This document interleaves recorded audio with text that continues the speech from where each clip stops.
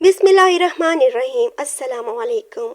History with Bushra में welcome करते हैं। आज हम आपको सुना रहे हैं हज़रत इब्राहीम अलैहिस्सलाम की स्टोरी के बारे में। पिछली कई सीरीज़ में हम आपको हज़रत इब्राहीम अलैहिस्सलाम के बारे में बता रहे हैं कि किस तरह उन्होंने जब ईमान का नूर उन पे रोशन हुआ तो उन्होंने अपने वालिद साहब को दावत दी। उनके वालिद साहब ने उनको घर से निकाल दिया क्योंकि वह बुत तराश थे। उसके बाद आपने कौम को हिदायत देने के लिए कौम के बुतों को तोड़ा तो कौम ने आपको आग में जलाने की प्लानिंग की और आग में डाला। आग आपके लिए ठंडी हो गई। ये मौजज़ा देखकर भी कौम हिदायत पे नहीं आई। तीसरे नंबर पे जब नमरूद के दरबार में आपको पेश किया गया तो नमरूद ने खुदाई का दावा किया और कहा कि उसे खुदा माना जाए। आपने कहा नहीं, मैं उसी खुदा को मानता हूँ जो सूरज को मशरिक से निकालता है और जो मुर्दों को जिंदा करता है।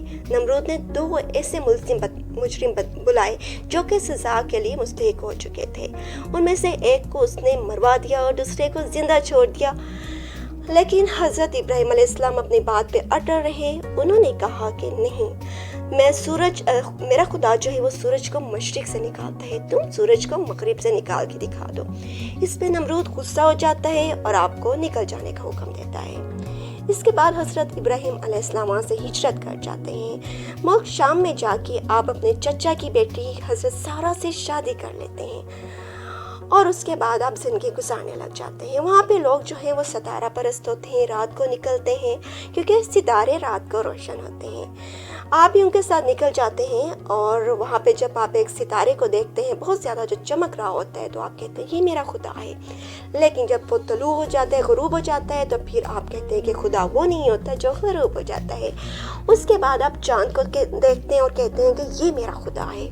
लेकिन जब चाँद भी गरूब हो जाता है और डूब जाता है तो आप कहते हैं कि नहीं, खुदा जो है वो डूबता नहीं है। इस तरह करके नूर ईमान आप पे रोशन हो जाता है।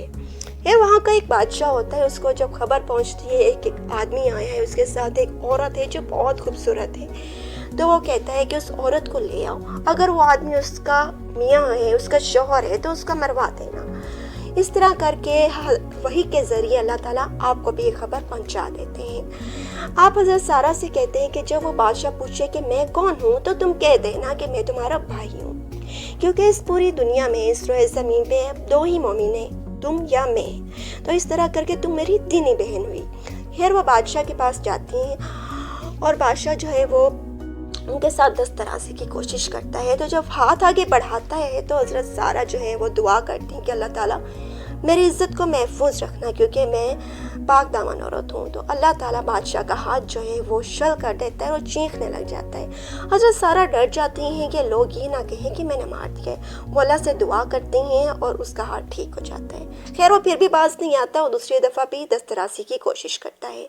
हज़रत सारा फिर दुआ करती हैं, इस तरह करके वो बच जाता है। तीसरी दफ़ा दोबारा कोशिश करता है। हज़रत सारा जो है वो परेशान हो जाती हैं। तब वो कहता है कि अगर तुम अपने खुदा से कहोगी कि मेरी जान छूट जाए, मैं सही हो जाऊं, तो मैं तुम्हें आज़ाद कर दूंगा। इस तरह करके हज़रत सारा दुआ करती हैं और वो ठीक हो जाता है। उसके बाद वो एहतरामन अपनी बेटी हाजरा को उनके साथ बाइज़्ज़त रुखसत करता है और माफ़ी मांग लेता है। खैर हज़रत हाजरा और हज़रत सारा और हज़रत इब्राहीम वहाँ से निकलते हैं और आगे जाके वो ज़िंदगी गुजारने लग जाते हैं। खैर हज़रत सारा जो है उनके बतन से औलाद नहीं हुई होती, इस वजह से हज़रत हाजरा को वो पेश करती हैं हज़रत इब्राहीम को। हज़रत हाजरा से अल्लाह ताला हज़रत इब्राहीम अलैहिस्सलाम को हज़रत इस्माइल अता करते हैं। खैर अल्लाह ताला के हुक्म से कुछ अरसे बाद हज़रत इब्राहीम अलैहिस्सलाम हज़रत हाजरा को लेके बीबी हाजरा को लेके रवाना हो जाते हैं अरब की तरफ और वहाँ पे मक्के वाली जगह जहाँ पर आज मक्का मुकरमा है वहाँ पे जाके उनको छोड़ देते हैं। उस टाइम मक्का बिल्कुल बेआबाद होता है, ना वहाँ कोई पानी होता है, ना परिंदा होता है, ना सब्ज़ा होता है और पत्थर ही पत्थर होते हैं, ना इंसान होता है, इंसान का निशान होता है। हज़रत हाजरा जो है वो परेशान हो जाती हैं। वो अपने मियाँ से कहती हैं कि हमें कहाँ छोड़े जा रहे हो, तो वो आगे से कहते हैं, खामोश रहते हैं। तो आगे से हज़रत हाजरा कहती हैं कि क्या अल्लाह ताला ने आपको हुक्म दिया है? तो हज़रत इब्राहीम कहते हैं जी हाँ। यह सुन के हज़रत हाजरा चुप हो जाती हैं। इस तरह करके वो चले जाते हैं और हज़रत हाजरा जो है वो वहाँ पे ज़िंदगी गुजारने लग जाती हैं। खैर थोड़े ही मतलब कुछ ही देर बाद हज़रत हाजरा जो हैं वो ان کو احساس ہوتا ہے کہ ان کا بیٹا یعنی حضرت اسماعیل جو بہت چھوٹے تھے وہ پیاس سے بلبلا رہے ہیں، وہ پریشان ہو جاتی ہیں، ظاہر ماں ہوتی ہیں، وہ پانی ڈھونڈنے کے لیے چلی جاتی ہیں پہاڑوں پہ۔ خیر وہ پانی ڈھونڈتی ہیں، ان کو پانی کہیں بھی نہیں ملتا، وہ نیچے سے دیکھتی ہیں، ان کو حضرت اسماعیل بھی نظر نہیں آتے نشیبی کی وجہ سے۔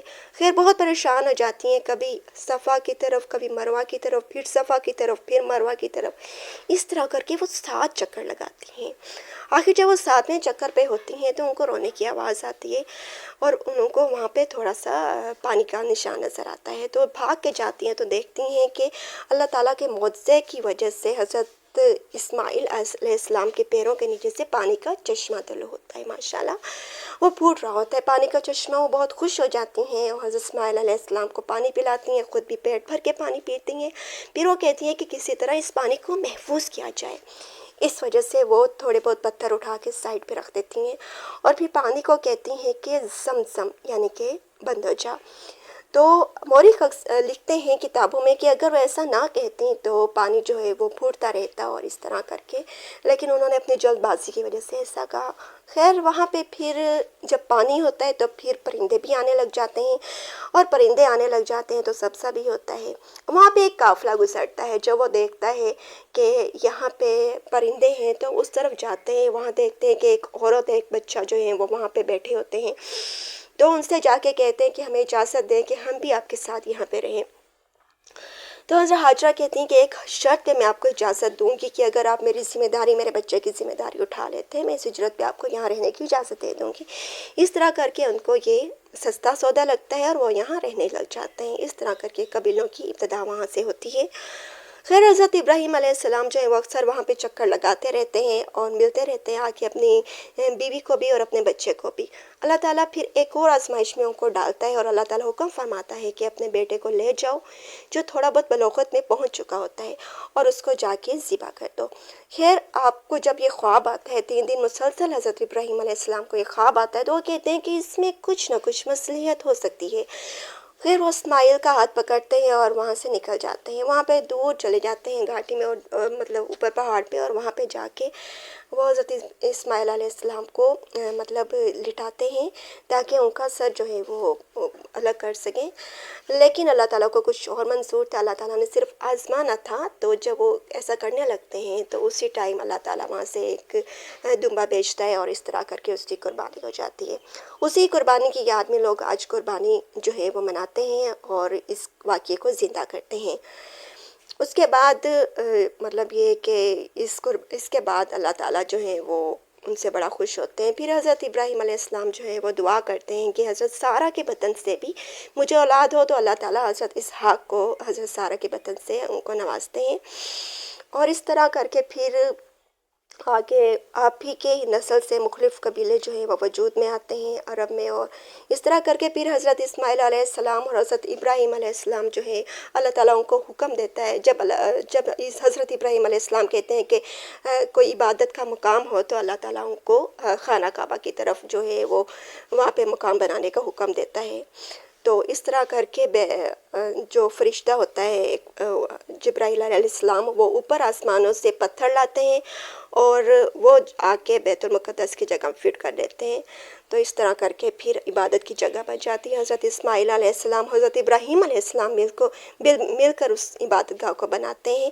اس کے بعد پھر وہ کہتے ہیں، پریشان ہوتے ہیں کہ میں لوگوں کو کیسے دعوت دوں، تو اللہ تعالیٰ فرماتے ہیں کہ آپ اوپر کھڑے ہو جائیں اور سب کو دعوت دیں پہاڑ پہ، اور جس نے آنا ہوا انشاءاللہ آ جائے گا، اور میں اپنے جو عبادت کا مقام ہے میں اس کو زندہ کروں گا۔ ایسا ہی ہوتا ہے، حضرت ابراہیم علیہ السلام پر کھڑے ہو جاتے ہیں پہاڑوں پہ اور چوٹی پہ، اور اس کے بعد سب کو کہتے ہیں کہ لوگوں آؤ اللہ کی عبادت کرو۔